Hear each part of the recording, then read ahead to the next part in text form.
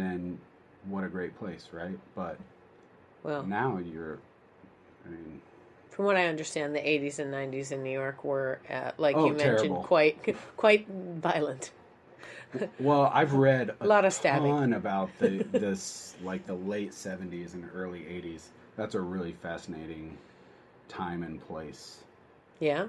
Just, yeah, the subway system and all the scams going on. It's just, if you're into reading, there are some, I think it was called The City's on Fire or something like that. Oh, just about like the people that worked in the city system? Just about New York sort of collapsing at that time. Huh, interesting. And subway systems breaking down. What do you do when you've got 9 million people relying on public transit and it doesn't go?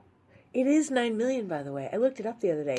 Isn't that crazy? And there's only like 10 cities in the whole U.S. that have a population of over 1 million. So it's like... I thought it was 13. Is that greater, maybe?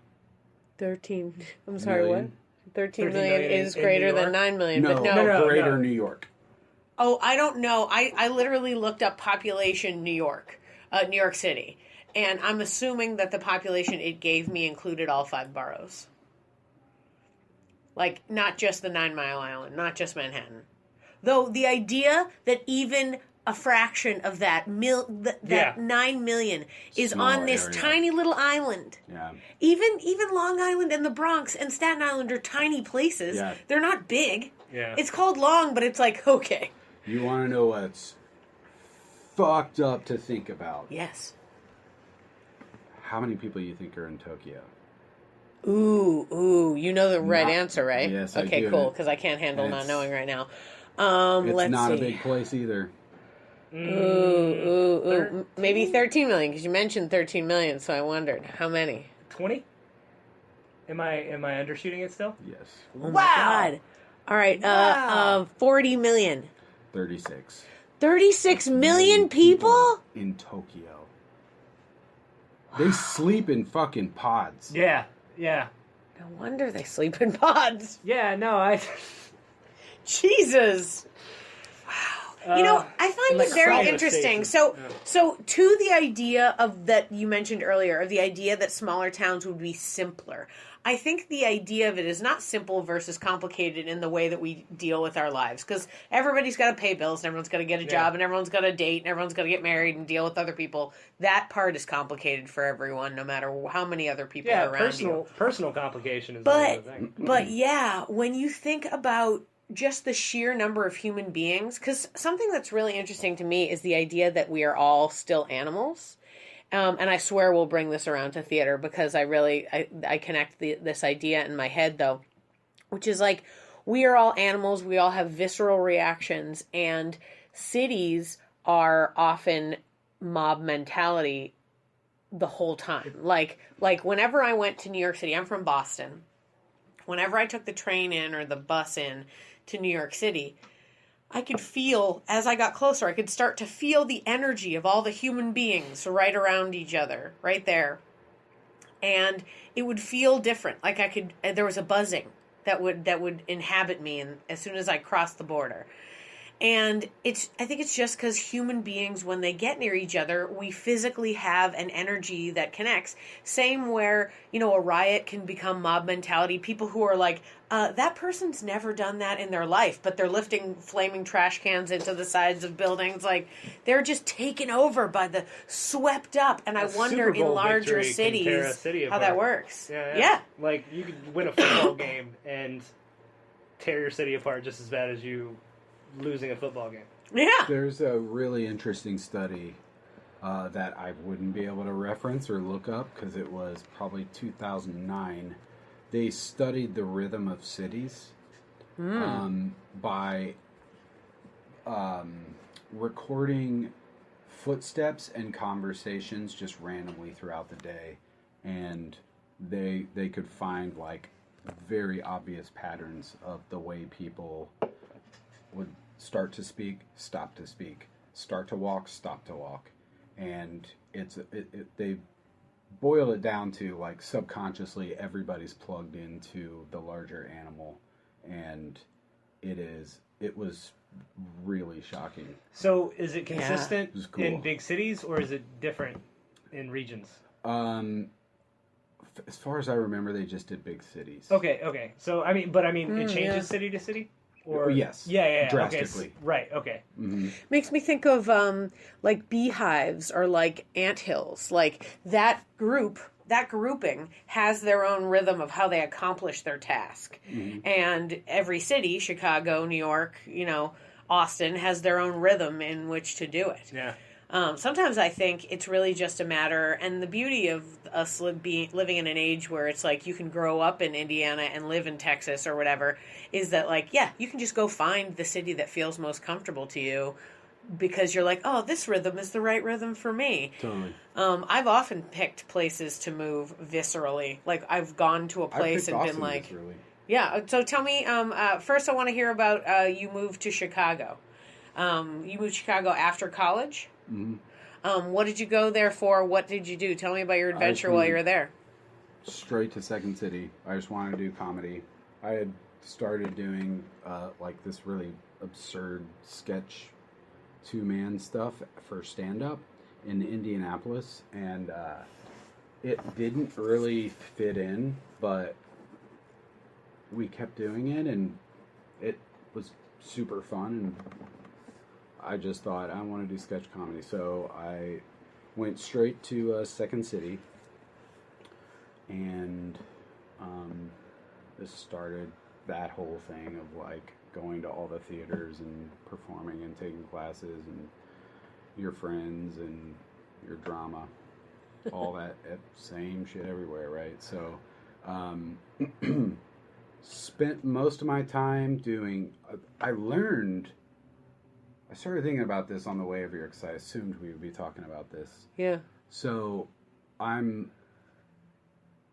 learned narrative, stage presence, and story through improv, and that feeds so many people when they're writing sketch.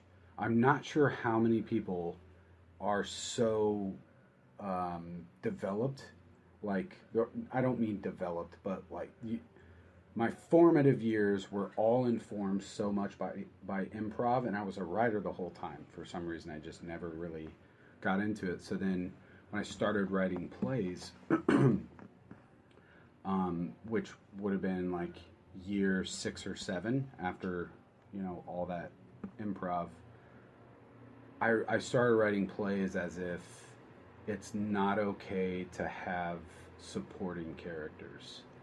So everybody had like huge wants and really strong points of view, I guess.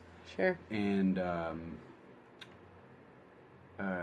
so I wrote a couple full-length plays, and I was like, they were really fun. They did well, but I could tell that, story's hard to accomplish, or hero's journey or whatever is hard to accomplish when everybody is big time.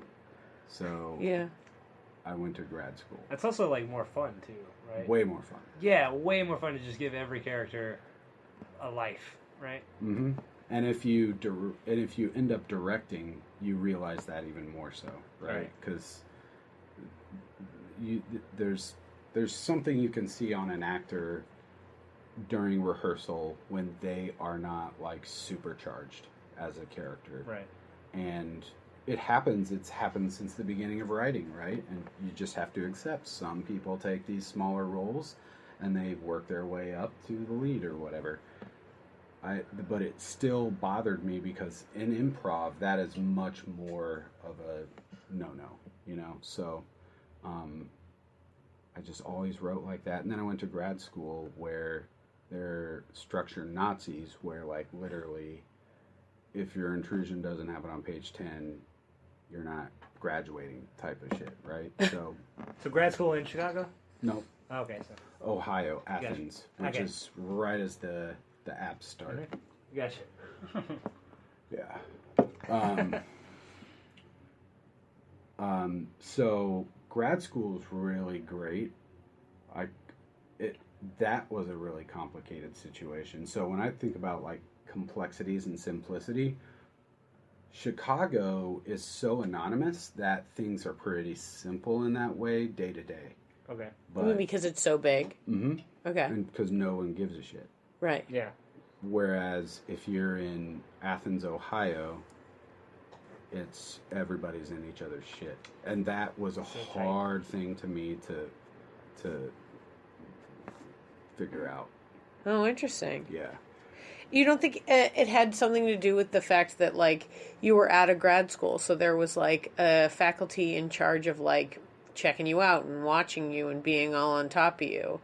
It was, everybody was like that, not just that was just, crowd. like, It was, like, just what stuff? the town was like? Yeah. What you just described was, I mean, it was really hard for me to deal with somebody who was all over me about what I was doing every time. Yeah. That being said, we had to write a play every Friday, cast, direct, and put it up on stage for 3 years. And that was challenging, but... Wait, you wrote a play a week for 3 years? 5 to 10 minutes, yeah. Well, that's a excellent exercise. Okay. Oh, and it was always a prompt. Like, it is literally a brilliant structure for learning how to treat your writing as if it's writing and not your soul that you're plotting out which I never understood that concept until a year and a half into it, right? So once we really started to be able to talk about each other's plays, and some people never did get there. Honestly, there are people who will never be able to look at their work and objectively, you know. That's so interesting.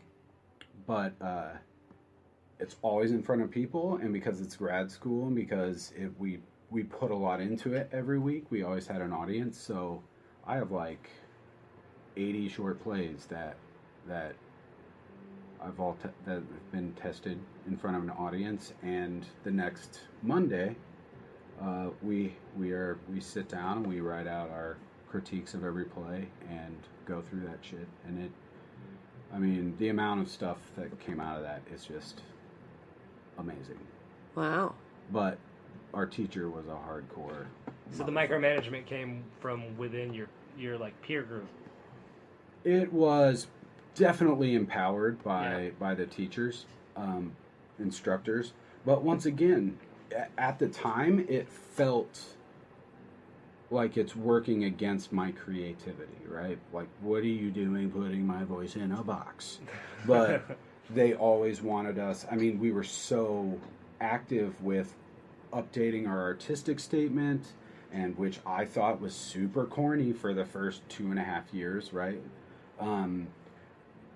But doing things like that taught me so much about what I was doing that you would never know about yourself. I found out that the way that I write like a long form play is when I've fucked up really bad in my life. I made one decision, and I usually go back to that decision, and I just completely unpack it and pack it, and I write maybe five to 10 drafts, and then I'm halfway there to figuring out, oh, this play is about the fact that I think I might be depressed, you know, and trusting my process instead of having a goal became my path, because I write really, really, really shitty at the beginning, and being able to show that to people is a really hard thing to do, but not after school, you know? Yeah. Now I know that my process is figuring out the moment that I made a decision that I've always regretted. And it always happens. I can't explain it. That's your catalyst for writing. That's what, every time you feel like, oh man, I could have done this better, that's what leads you to write a whole new play? I suppose that's good. Well, when I was forced to write a play, right? So you're writing your artistic statement, figuring out what it is that you do. And your artistic statement is what? Your personal mission? If you submit to